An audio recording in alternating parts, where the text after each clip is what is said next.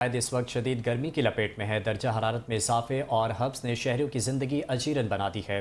ایسے میں مختلف علاقوں میں جاری غیر اعلانیہ لوڈ شیڈنگ نے عوام کی مشکلات میں مزید اضافہ کر دیا ہے۔ اس حوالے سے رپورٹ دیکھتے ہیں شہریار شوکت کی۔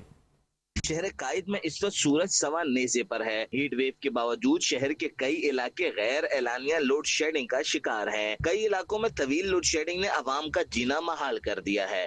بجلی کی لوڈ شیڈنگ سے جہاں گھریلو صارفین متاثر ہیں، وہیں کاروباری افراد کا کہنا ہے کہ کاروبار بھی بری طرح سے متاثر ہو رہا ہے۔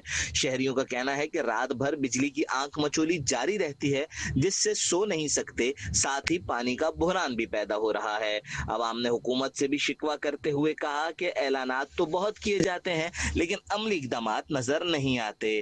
واضح رہے کہ اس موسم میں طبی ماہرین نے شہریوں کو بلا ضرورت گھروں سے نکلنے سے گریز کرنے اور ٹھنڈے مشروبات کے استعمال کا مشورہ دیا ہے، لیکن لوڈ شیڈنگ نے عوام کا گھروں میں رہنا مشکل بنا دیا ہے۔ کیمرہ مین حارث بٹ کے ساتھ شہریار شوکت، 5 نیوز کراچی۔